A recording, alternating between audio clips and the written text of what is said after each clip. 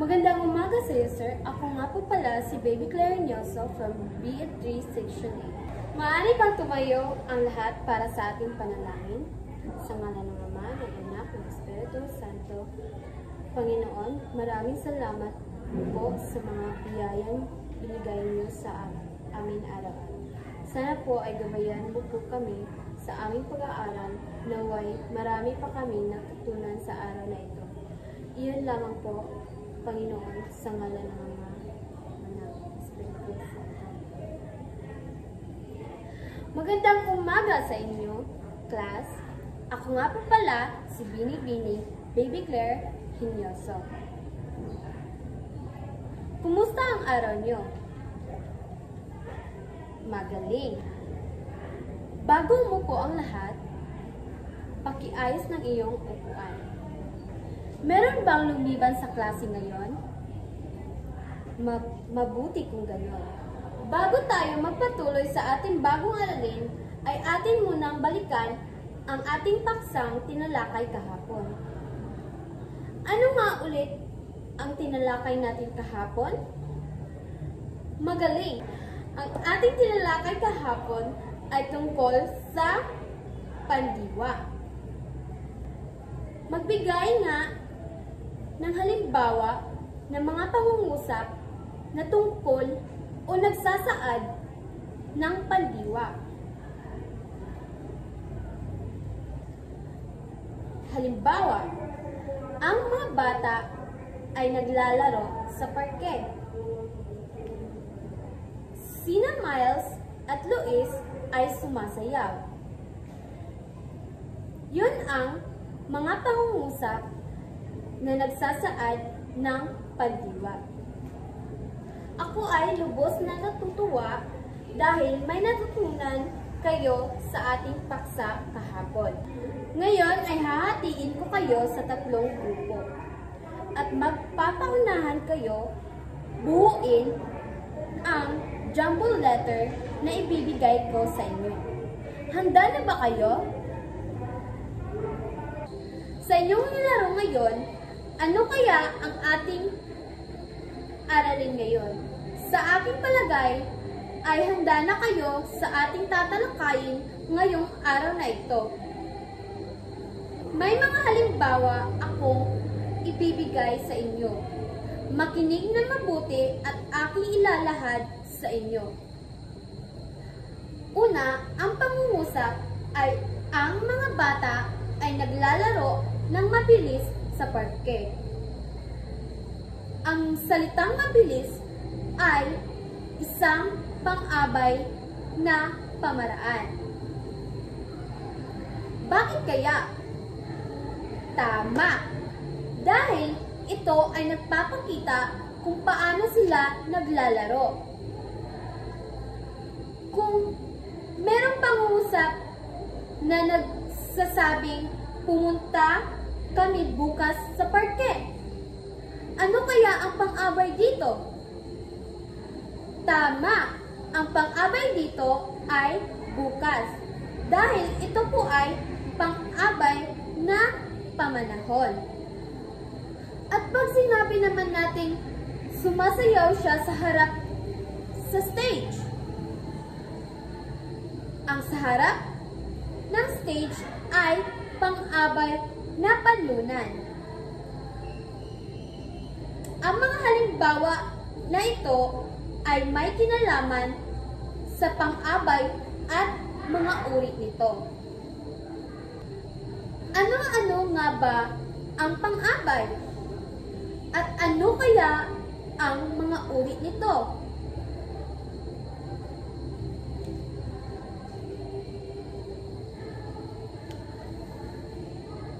Ang pang-abay class ay naglalarawan ng isang kilos o lugar. Ano nga ang pang-abay ulit? Tama! Ang pang-abay ay may 3 uri. Ito ang mga pang-abay at ang mga uri ng pang-abay. Una, pang-abay na pamaraan. Pang-abay na pamaraan ay naglalarawan kung paano ginawa ang aksyon. Pangalawa, Pangalawa ay pang-abay na pamanahon. Naglalarawan kung kailan ginawa ang aksyon. At ang pangatlo ay ang pang-abay na panlunan. Naglalarawan kung saan ginawa ang aksyon. Ngayon, class, ito ang halimbawa sa bawat ng uri ng pang-abay. Ito ang mga halimbawa sa bawat uri ng pang-abay. Una, pamaraan. Ang halimbawa niya ay naglalakad siya ng mabagal. Pangalawa, pamanahon. Siya ay pumunta bukas. Pangatlo, panlunan. Siya ay pumunta sa mall. Ito po ang mga halimbawa ng bawat uri ng pang-abay. Naiintindihan niyo ba? Ngayon, hatiin ko naman kayo ulit ng 3 grupo. Ang bawat grupo ay gagawa ng 3 pangungusap. Isang pangungusap gamit ang pang-abay na pamaraan at isang pangungusap na nagagamit ng panlunan at isang pangungusap na nagagamit ng pamanahon. May grupo na ba kayo lahat? Ngayon, pwede nyo nang simulan. Pagtapos na kayo, bawat grupo pipili ng voluntaryo para basahin ang kanilang mga pangungusap at tukuyin ang uri ng pang-abay. Tapos na ba? Magaling! Ngayon, kukuha kayo ng 1/2. Dahil magaling na kayo sa ating aralin ngayong araw na ito. Sa isang 1/2 na papel ay pag-iisipan ninyo paano ginagamit ang mga pang-abay sa pang-araw-araw na buhay. Isusulat niyo ito sa 1/2 na papel at ipapasa niyo sa akin. Magbibigay ako ng halimbawa sa inyong gagawin ngayon. Halimbawa, paano natin ilalarawan ang lugar o oras ng ating aktibidad? So ngayon, tapos na ang lahat, meron akong mga katanungan.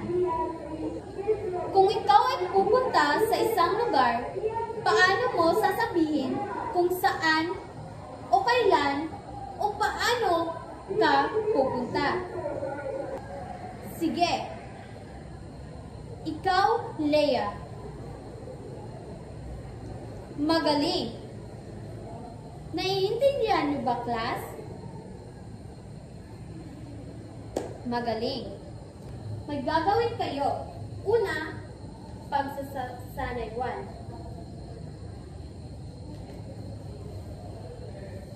Sa pagsasanay 1 ay tutukuyin kung anong uri ng pang-abay ang ginagamit at ipaliwanag. Pag natapos na kayo sa pagsasanay 1, ay dadako na naman kayo sa pagsasanay 2.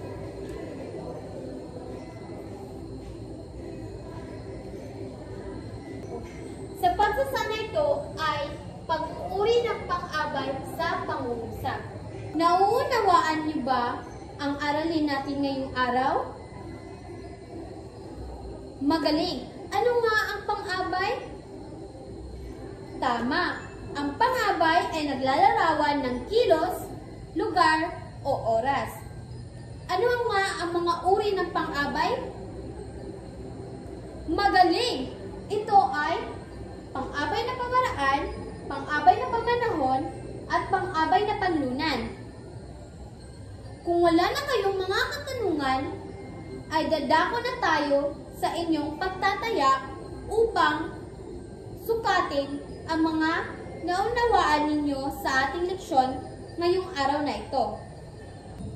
Ngayon, may pagtataya kayong sasagutan. Instruction. Basahin ang bawat pangungusap ng maigi.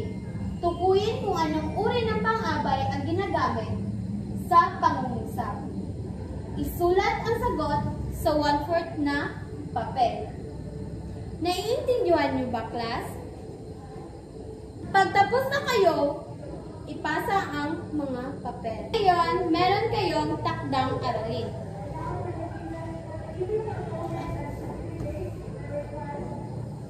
Ang inyong takdang aralin ay magbigay ng 5 pangungusap gamit ang pang-abay na pamaraan, pamanahon, at panlunan. Nakuha niyo ba, class?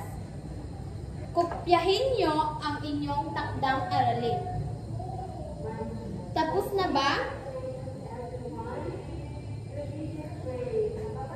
At yun lang po, mga bata. Maraming salamat sa inyong kooperasyon.